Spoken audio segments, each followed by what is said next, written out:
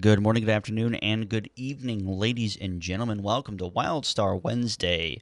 This is being recorded on December 16th, 2014, being published on December 17th, 2017.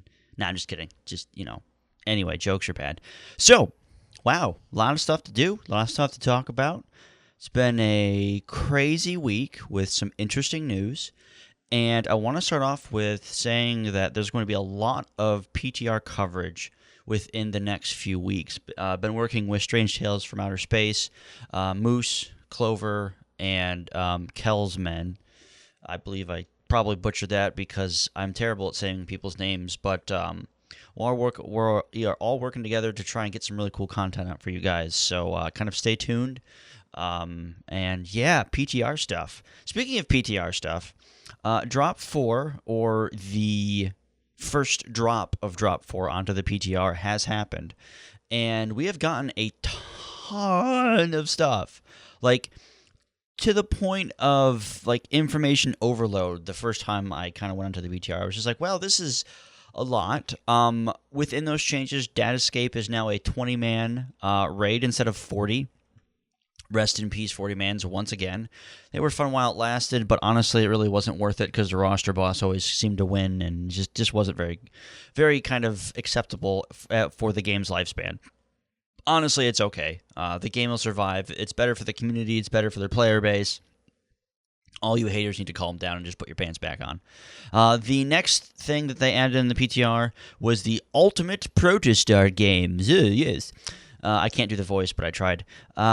It's really, really interesting because it goes through a series of random events that you do, but it's a dungeon-style format.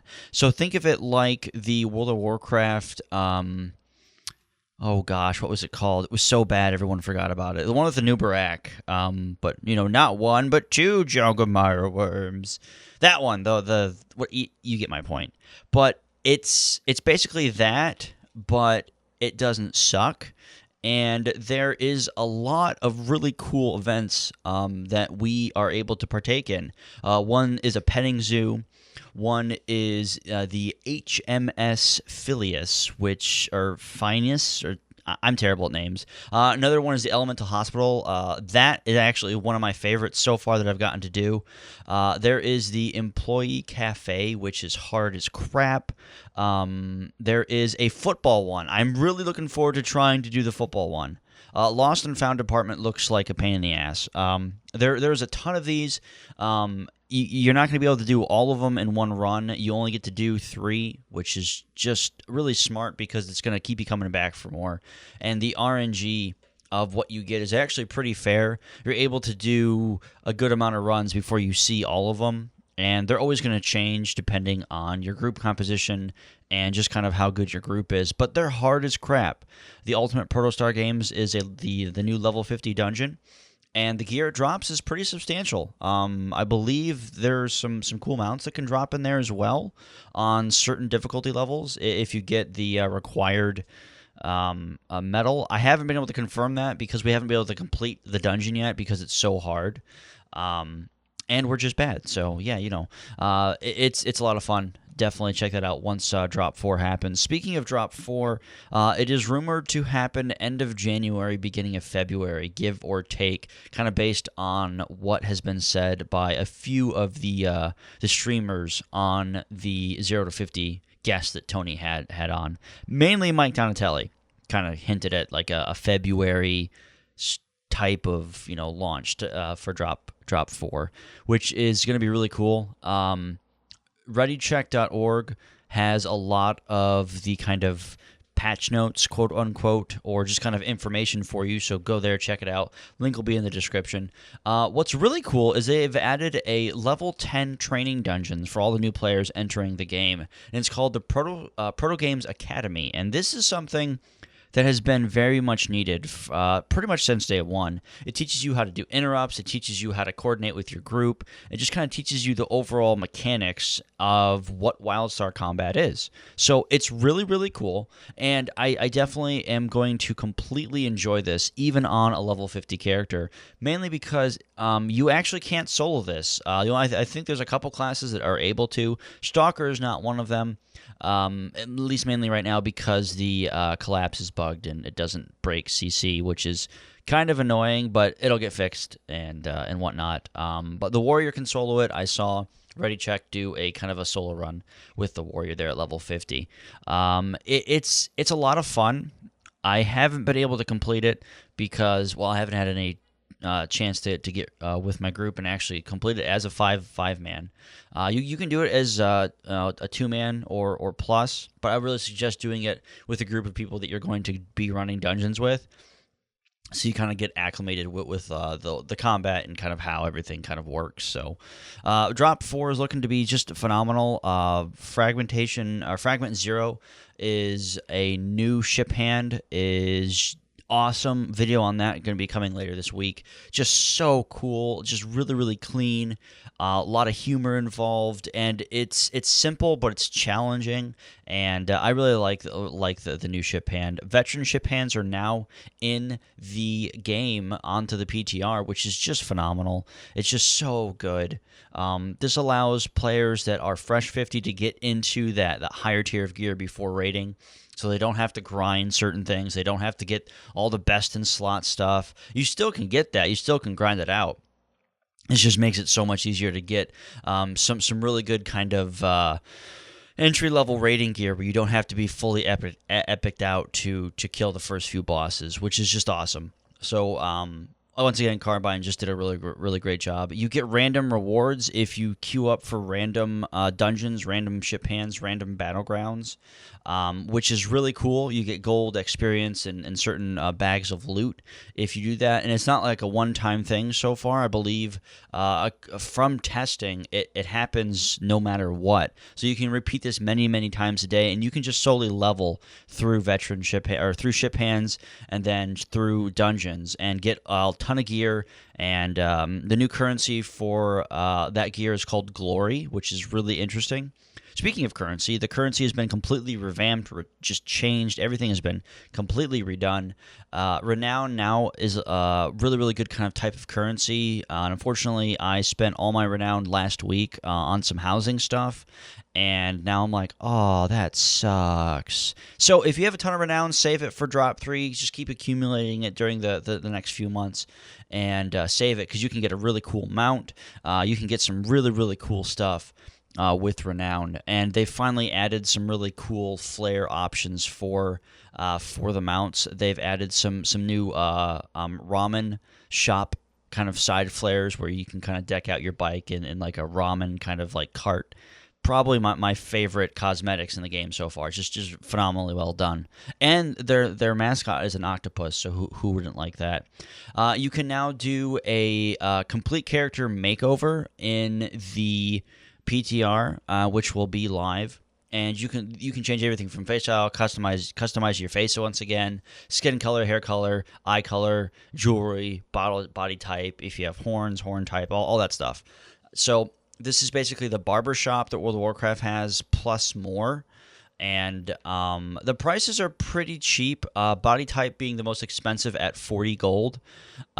Face style at 25. Customized face, really not important to me. But the two most important ones are going to be hairstyle and hair color. One going for 25, one going for 15. So kind of like a complete restyle. It's going to cost you about 40 gold, which is actually pretty reasonable because you can get some good amount of gold or plat in the game pretty quickly. Housing just got a complete revamp and just a complete overhaul. We now have custom ground or terrain, if you want to get technical. Just phenomenal. It's so cool. You can get snow, you can get deserts, you can get kind of like a land without grass. Thank you for that so much, because grass is annoying and pops up through everything. New building blocks. We have arches. We have like little hamster tunnels. We have half cylinders. We have domes. We have full cylinders. We have triangles, half triangles. We have decks. We have fences. And one of my favorites is we have glass panels and working doors that open and close. So awesome. Endgame itemization has been completely revamped. I'm not going to go over this because there's so much information. I'm still trying to soak it up. Just a ton of information. And it's I'm still waiting for some of the PvP gear changes that I hope get implemented soon. But in terms of PvP balance, it's definitely interesting to see how the balance has kind of changed. A lot of people are a little upset about a few classes, and there's a couple classes that have definitely needed a buff and gotten that. So very, very nice kind of start to the PTR and start to drop 4 as we see it kind of accumulate and grow. Daily quests, weekly quests, repeatable quests, now all kind of available on the PTR for testing. Lots of class changes, so many new costumes. You now have a renown vendor in your housing plot where you can get some really sick costumes. Some of the really good costumes are going to be ones that you have to grind glory for, grind reputation for. Just so many good stuff. Like I can't wait to read the patch notes and to see all the official stuff that has been changed. But drop 4 is looking extremely awesome, and definitely is something that the game has been definitely needing. So really looking forward to that. We are going to be having a end of the year kind of end of the year review for WildStar this Sunday in the evening. Time has not been announced that, but I will keep you guys updated on Twitter and all that fun stuff. We have chosen about 7 or 8 people out of almost 50 people that applied for the live show, which you guys were awesome at kind of stepping up, saying, yeah, I'd love to talk about the game and just kind of my overall experience over the first year. And I'm looking forward to stories. I'm looking forward to rants. I'm looking forward to more constructive feedback and just kind of keeping that train going. The last bit of news I want to talk about is Zybak was apparently permanently banned due to a quote-unquote auto ban on his housing plot in the PTR. Now, I have done research, I have asked around, and you cannot get permanently banned on the PTR simply by doing something on your housing plot. This technically tells me that he probably got caught cheating using one of his macros that he's technically not allowed to use but hasn't been caught yet. He's already been banned once for botting or automatic gameplay when he put that little piece of metal on his keyboard and got achievements because, good excuse. And that is botting according to pretty much anyone's definition of botting. And once you start botting and once you've gotten kind of caught once, they watch your account literally like a hawk watches a fish. It's insane. So trying to get away with more things and then using that excuse, oh, I got auto-banned on the PTR, guys, at my housing plot, doesn't make any sense to me. And this really says to me that he got banned for a legitimate reason on the live server, but he just wanted to make it sound like that he accidentally got banned for something on the PTR. The PTR is there to test, is there to exploit, is there to find as many cheating and hacks and that kind of stuff as possible and report them to the Carbine team so that they can fix them so it doesn't go into live. That is what the PTR stand for, Public Test Realm. So to my research and to my knowledge so far, there has not been any really way for him to get banned on the PTR. Even a auto ban, it just sounds really fishy to me. And quite honestly, I'm kind of relieved and kind of good riddance because he wasn't a bad content creator. He definitely made a lot of good content. It's just his attitude and his persona towards people and how he treated them is just something that we don't want in the community, and something that really just is not needed. So honestly, I'm kind of glad that he's gone. It sucks, but honestly, it's if you're cheating and you're using macros and you're using all these different things to quote unquote get you ahead because you think it's okay or whatever, then honestly, you kind of deserve what's coming to you. In the end, cheaters never prosper, and you will always get caught no matter what you do. It could take 5 years, but you will eventually get caught.